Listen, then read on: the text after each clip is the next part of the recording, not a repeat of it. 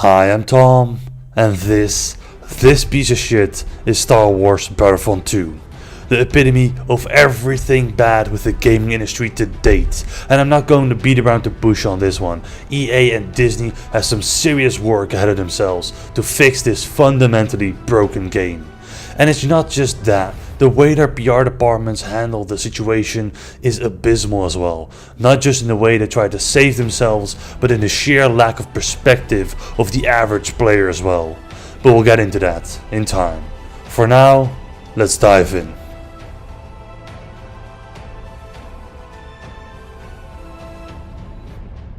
Don't worry, the shitstorm is coming and this game will not survive it. But there's always a calm before the storm, and believe it or not, there are positives in this game.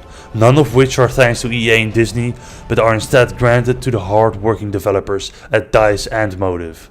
I sincerely believe that the audio and level designers should get a fucking raise, because running around on the snowy plains of Hoth or the forest moon of Endor has never felt more immersive. The absolute one-on-one recreation of the props and assets of the movie is remarkable and nothing short of perfect.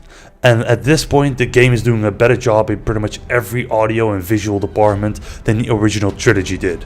While everyone is going on and on about how this game became pay to win, I think the devs slipped under the radar and haven't gotten nearly the recognition they deserved for this absolute graphic masterpiece. Also, a big improvement from the last game is the amount of content and locations.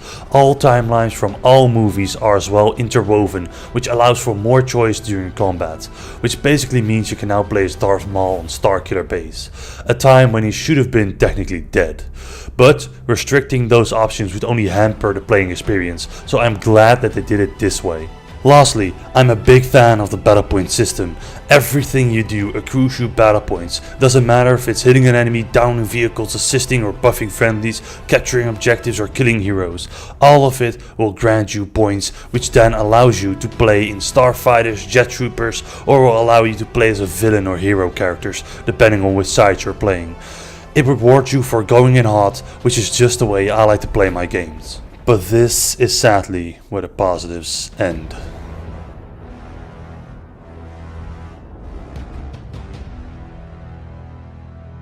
Okay, here we go. What the fuck, EA? In all the years since my birth in 1996, there's been no company greedier than you. I bet you that when the upper management tier of EA saw the 7 deadly sins, they asked each other, can't we just take the one greed sin and make it 7 times as bad? To which all the others said, well, that's a great idea. And a couple years later, we now have the worst micro DLC system ever devised by man. And for the people who don't know, allow me to explain without exploding. In the multiplayer of Star Wars Battlefront 2, all your abilities, upgrades, perks, boosts and buffs come from fully randomized loot crates. These crates can be bought with real life money or with credits earned in game. Nearly everything in a crate gives you an advantage over other players, so this is a bad system in and of itself, but not god tier awful. Hold on to your stocks though, because we're not even by any means done.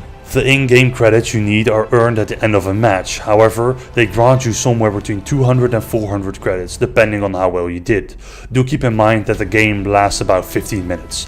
However, the regular soldier crate costs 4,000 credits! 4,000 credits! It will take you hours to be even able to unlock one crate. But, there are gameplay challenges and milestones to give you additional credits to help you with this. And you can even play offline against AI to earn even more credits. Okay, that's pretty nice. And they have a limit on how much you can earn offline. God damn it, EA! Every fucking time I think you come with a solution, you only make it worse. And it doesn't even end there. You know Luke Skywalker and Darth Vader, the most iconic characters in the entire Star Wars franchise, they were locked behind a paywall of 60,000 in-game credits. Some hero on Reddit calculated how long they would take you on average to unlock, and came out around somewhere in the 40 hours of gameplay, just to unlock either Luke or Vader.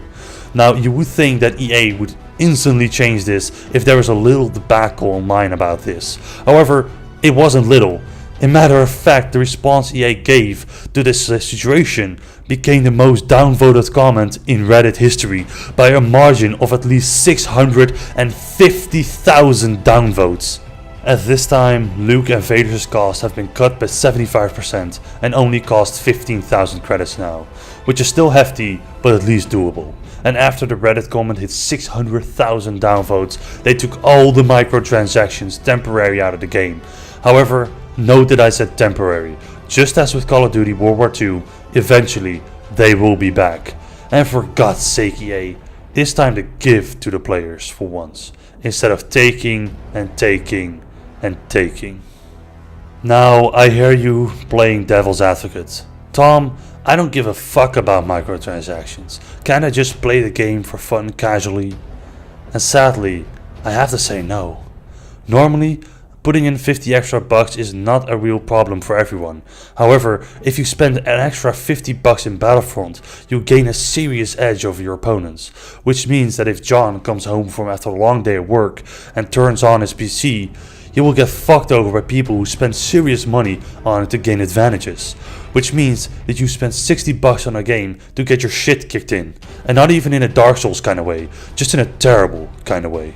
And I haven't even begun to talk about the campaign yet, which is rushed and bland as all hell. But it is also canon, which means that all of it actually happened in the Star Wars universe. You play as Iden Versio, who commands a special forces unit of the Empire. She dedicated her entire life for the prevention of the Death Star destruction, which, if you've seen the movies, well, let's say she could have done a better job of it. The entire thing lasts somewhere between 4 to 5 hours, which, if you know story modes a little bit, is no way near enough to make a new sympathetic protagonist. Even more so if you take into consideration the decades people have had with the Star Wars universe. It also doesn't help that she processes emotion faster than any other rational human being ever would.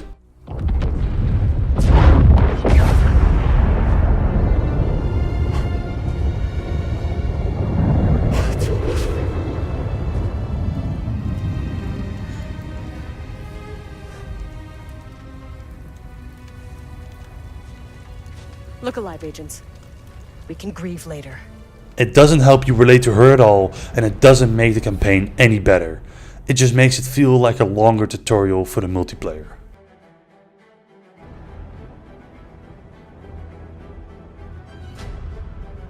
I could go on and on for hours about why this game is bad and is not worth your money and time, but I think I got my point across. The utterly disgusting greed from EA has consumed the fun and challenging part of this game, which makes it hard to sell even for casual players, seeing that they will be stomped on by people with more money in this pay-to-win system. I seriously can't believe how EA thought this was a good plan, simply because it reeks bad out of all its holes. The graphics and sound design are amazing, and the gameplay in and of itself is okay, but that is nowhere near enough to save this poor story and horrible experience. So that's why I'll say that Star Wars Battlefront 2 is not worth the money.